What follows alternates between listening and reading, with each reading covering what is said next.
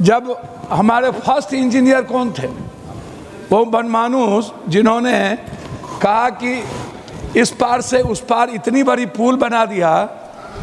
और मैडम महाराणा प्रताप के समय जो जौहरी पूंज राणा जो भील थे, ये भी आदिवासी थे जब युद्ध की आज़ादी की बारी आई। तो लिमिटेड टाइम है। मेरा रिक्वेस्ट क्या है कि प्रकृति की पूजा करते हैं हमारे आदिवासी समाज, और सबसे ज़्यादा प्रकृति पर हमला सरकार जब से बनी, जिसकी सरकार हो, मेरा उसमें नहीं जाना, मैं किसी की विरोध करने नहीं खड़ा हुआ हूँ, लेकिन प्रकृति पर, जमीन पर सबसे ज़्यादा हमला अंग्रेजों के बाद, उससे अधिक हमला यदि किसी ने किया है आदिवासी की संस्कृति पर, उसके जीवन पर, उसकी ज़मीन पर।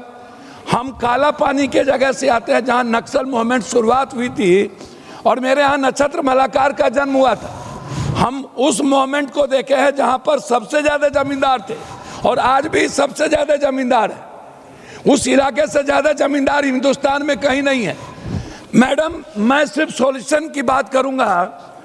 मैं माननीय गृह मंत्री जी से आग्रह करूँगा कि कार्बन क्रेडिट से सीधी कमाई आदिवासियों को सिर्फ जंगल का रक्षक ना, कार्बन उत्सर्जन कम करने के लिए मिलने वाले ग्लोबल कार्बन क्रेडिट का पैसा सीधे जंगल बचाने वाली आदिवासी ग्राम सभा में जाए।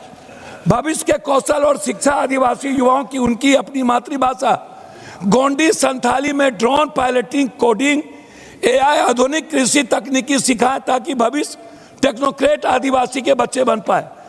आदिवासी के पास मौजूदा जड़ी बूटी, ट्रिबल मेडिसिन और कला का ज्ञान, मैडम, हम जीआई और बौद्धिक संपदा, इंटेलेक्ट प्रॉपर्टी अधिकार दिलाए, ताकि वह अपने उत्पाद सीधे ग्लोबल मार्केटिंग में बेचकर करे।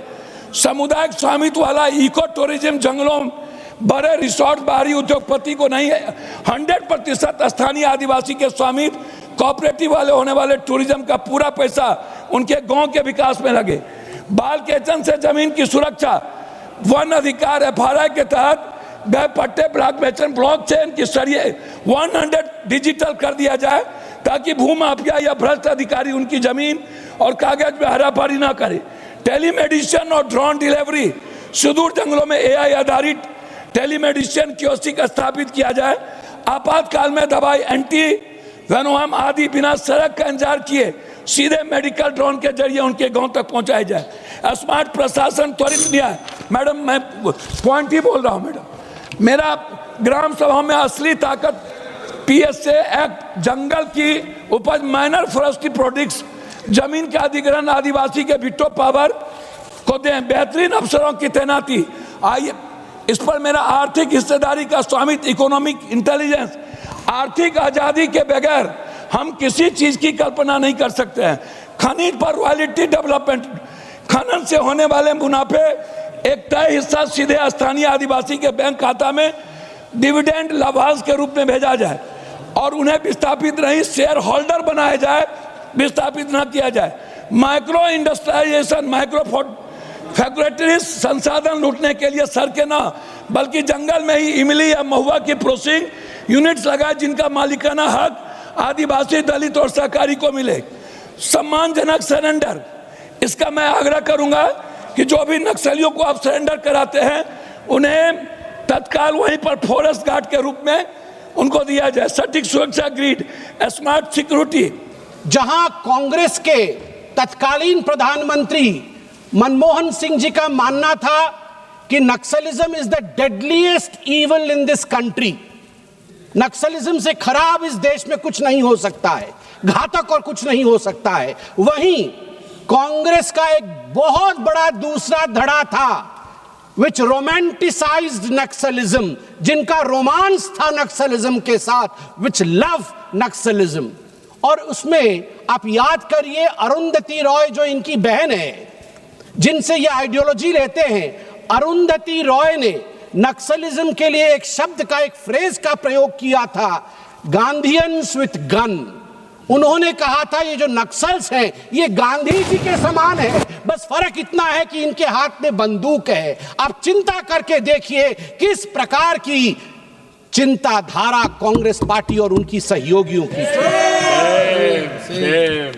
अभी थोड़ी देर पहले मैं सुन रहा था और वास्तविकता है, यह विडंबना है कि इसी देश में, भारत देश में कुछ ऐसे क्षेत्र थे जिन्हें लिबरेटेड जोन कहा जाता था, जहां पर लोग भारत के संविधान को अपने जेब में रख के चलते थे। जेब में, आज भी कुछ लोग जेब में रख के चलते हैं। वहां भारत का संविधान नहीं चलता था, वहां भारत की पुलिस और सुरक्षा की कर्मियों के विषय नहीं चलते थे। वो लिबरेटेड जोन थे, जैसे कि दंडकारण्य, जैसे कि पार्श्वनाथ, जैसे कि बूढ़ा पर्वत। आप पूछिए छत्तीसगढ़ के लोगों से, वो आपको बताएंगे ये लिबरेटेड जोन कौन से थे।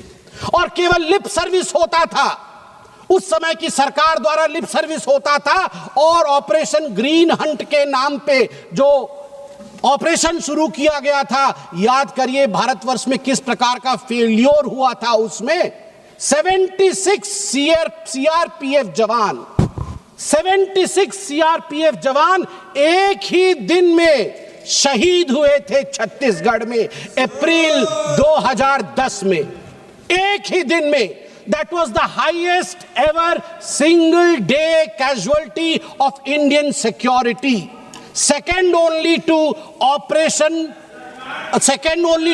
Operation Blue Star। आप चिंता करके देखिए, इस प्रकार की परिस्थिति थी। अनजाने में अगर गलती हो तो क्षम्य है, अगर जानबूझकर, परिस्थितियों को जानबूझकर आपने अनदेखा किया और गलती की तो वो पाप है। कांग्रेस ने पाप किया है, आज मैं वो सिद्ध करने वाला हूं क्यों किया है। यह जो डॉक्यूमेंट मैं लेके आया हूं सभापति महोदय, ये कोई साधारण डॉक्यूमेंट नहीं है। This is a counter affidavit submitted by the Congress party then, that is the UPA government then, in November 2013 to the Supreme Court of India in the case named Kishore Samrit versus Union of India and others। इसमें सुशील कुमार शिंदे जी जो तत्कालीन गृह मंत्री थे, उनके तरफ से यह एफिडेविट दिया गया है। मैं पढ़ता हूं कि कांग्रेस को मालूम सब कुछ था मगर किया कुछ नहीं। Para number 4, the second strategy of the CPIM is to mobilize certain targeted sections of the population, especially the urban population, through its mass organizations which are otherwise known as frontal organization. The mass organizations mostly operating under the garb of human rights NGOs are organically linked to CPIM party structure but maintain separate identities in an attempt to avoid legal liability। कुल मिलाकर इन्होंने कहा कि urban नक्सल हैं, मगर आज मैं अगर अर्बन नक्सल कह दूं तो आग लग जाती है। और मैं यहां सिद्ध करके दिखाऊंगा कि ये जानते थे अर्बन नक्सलिज्म क्या है, मगर फिर भी इन्होंने नक्सलिज्म का मेन स्ट्रीमिंग कैसे किया है। नक्सलिज्म के मेन स्ट्रीमिंग में आप याद करिए कि किस प्रकार सोनिया जी जो कांग्रेस की सर्वोच्च नेता हैं, अभी अस्वस्थ है, मैं चाहता हूं कि वो यथाशीघ्र स्वस्थ हो, मगर सोनिया जी की अध्यक्षता में जिस समय वो NAC चलाती थी, NAC और प्लानिंग कमीशन में कौन बैठे थे? नक्सल्स बैठे थे, अर्बन नक्सल्स बैठे थे। मैं उदाहरण दे रहा हूं, मैं उड़ीसा का हूं, सप्तर्षि भाई जो बोल रहे थे वो भी उड़ीसा के हैं। दोनों भाई हम जानते हैं 2011 में उड़ीसा के मलकानगिरी के कलेक्टर R विनील कृष्णन एवं 2 जूनियर इंजीनियर, इनको अगवा कर लिया गया था। जब अगवा कर लिया गया था तो उस समय बातचीत हुई थी, नेगोशिएशन हुआ था कि R विनील कृष्णन देश का कलेक्टर है, ये सरकार है, इनको छोड़ दिया जाए। उस समय 8 माओवादियों को जो गिरफ्त में थे भारत सरकार के पास, उन्हें छोड़ा गया। उनमें से एक माओवादी जिनका नाम है ए पद्मा, वो महिला थी, ए पद्मा। आप जानते हैं जिसे छोड़ा गया ए पद्मा वो क्या करती है?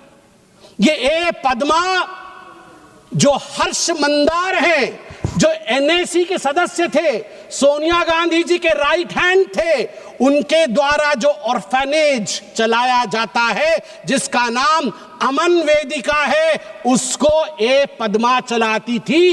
ए Padma was a direct conduit of the Congress party, the UP government।